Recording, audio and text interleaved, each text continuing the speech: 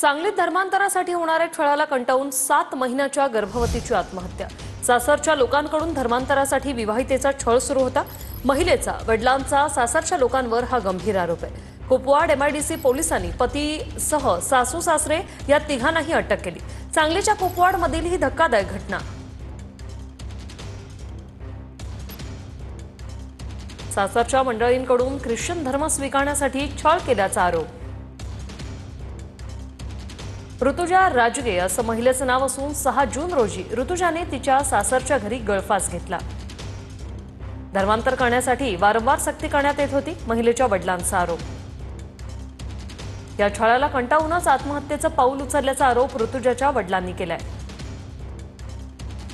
ऋतुजाचा पती सुकुमार राजगे, सुरेश राजगे आणि अलका राजगे जे सासू सासरे त्यांना अटक झाली आहे। धर्माच्या नावाखाली त्याचा छळ करून बळी घातला यांनी असं महाराष्ट्रातल्या भारत देशामध्ये हे ख्रिश्चन मिशनरींचं हे धर्मांतर जे आहे ह्याच्यावर कोणाचाही बळी जाऊ नये त्यासाठी यांच्यावर कठोरात कठोर शिक्षा होऊन माझ्या मुलगीला होणाऱ्या बाळाला न्याय मिळावा